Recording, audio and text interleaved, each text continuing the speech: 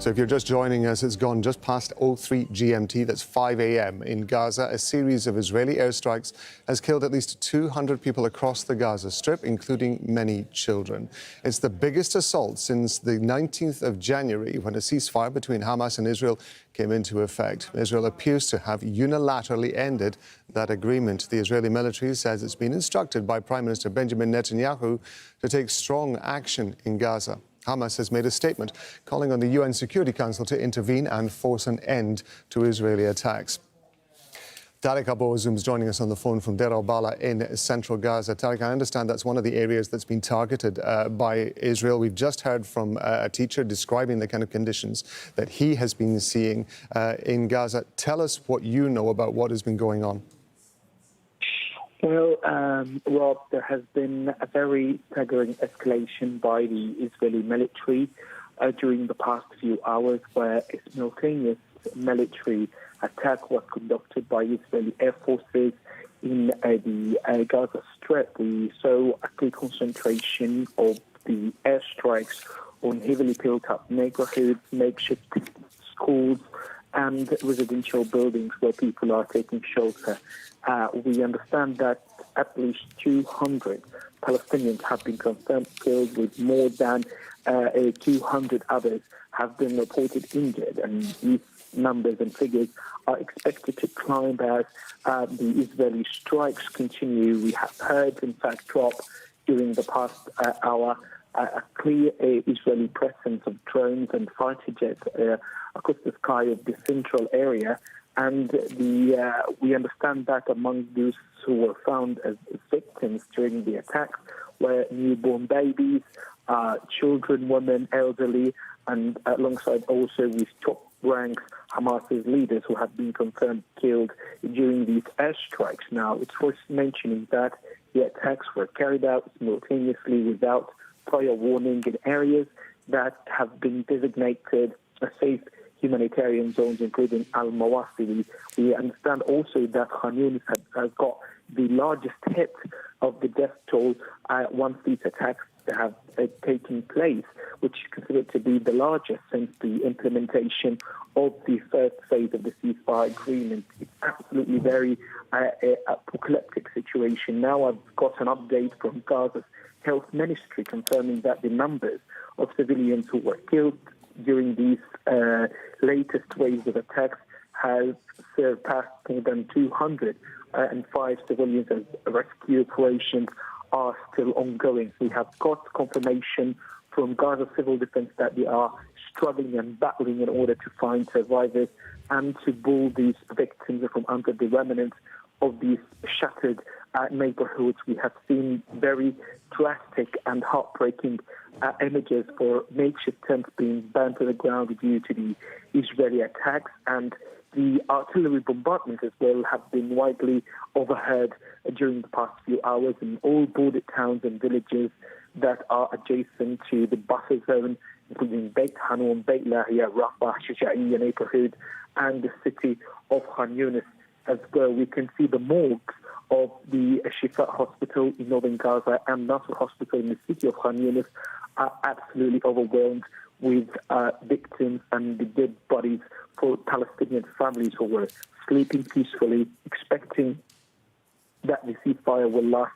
And now they have waken up on the sound of heavy bombardment, huge blasts that continue to be overheard. We can see clearly that people are absolutely terrified.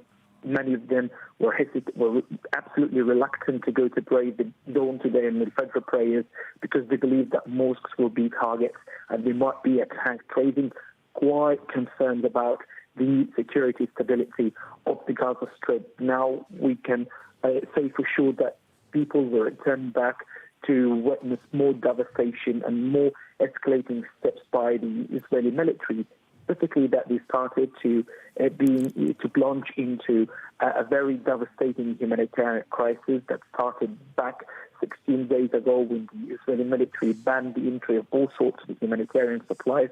And now, amid this unprecedented humanitarian crisis, there is a simultaneous, deliberate, escalating Israeli attacks on all the Gaza Strip as a sign that the siege tightens up its grip on civilians forcing him to be the brunt of this ongoing madness, while Israel is accusing Hamas of not presenting any concessions, and Hamas in return has said that Israel has unilaterally violated the ceasefire agreement. Now the situation is absolutely marked by an overwhelming uncertainty that is marked by an extensive Israeli attack down to the drones, naval also bombardment that was had during the past few hours. And many civilians are wondering about what might come next and what is the end of this crisis, as mediators have done all sorts of diplomatic efforts. And now the efforts might be complex in order to contain the crisis, as Israel is taking additional consequences and measures against the Gaza Strip as a part of their systematic approach to tie the siege on the territory and to gain more political leverage on Hamas too. But till now, and for now, families are quite trapped amid the political demands, and the people in Gaza are quite afraid now from the high momentum Israeli military actions that might be accompanied by ground operation. This did not happen so far, but fears and anticipations are absolutely dominating the entire scene. Tareq, just let me ask you something. We have seen in the past when Israel has been intending to carry out significant attacks on certain areas of the Strip, they have dropped leaflets and given some sort of warnings through text messages or some sort of internet messaging to the people in the area in order to move. Am I right in thinking from what you're saying there was no indication prior to these attacks that they were going to go ahead? In fact, there was no indication, no warning given, no leaflets were dropped on civilians. And during even previous warnings that had been passed by the Israeli military, let's clarify a very important point that our viewers must absolutely be aware of. We're talking about the Israeli warning system that has been divided into two types. First, considered to be a source of warning, has been accompanied by a very short period of time given for civilians to be evacuated from the area, and usually is showered by airstrikes and artillery bombardment to force civilians to accelerate their departure. The second one is a strategy called knock on the roof, which has been usually carried out by using a very non-lethal ammunition that used to strike the rooftop of the buildings as a sign for people to evacuate. But in many cases, this has caused significant damage and killed many people who were waiting to be evacuated. This has been the scene in previous rounds of attacks that were carried out by the Israeli military. And now we are talking about the simultaneous, surprising attack that took place without any prior warning, as civilians were sleeping peacefully, and suddenly they found themselves under the rubble and being injured and in a very desperate need for receiving medical treatment.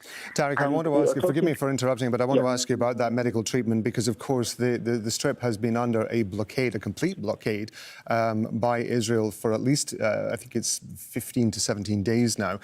All food, water, aid and medical aid and electricity has been blocked from the Strip. We're seeing pictures of some of the injured being taken to hospitals. What kind of care are they likely to get, given the fact that the hospitals themselves, I would imagine, are struggling both with staffing but also with a lack of medical supplies? Now the situation is getting much more dire and very complicated, given the fact that hospitals are already overwhelmed with different kinds of injuries and chronically ill patients who are in a very desperate need to advanced medical care.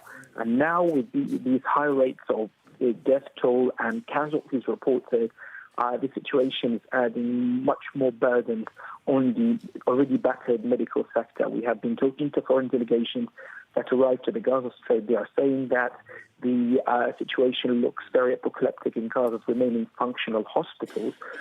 They rely completely now on fuel to use it for backup generators that guarantee the sustainability of medical services in many critical departments.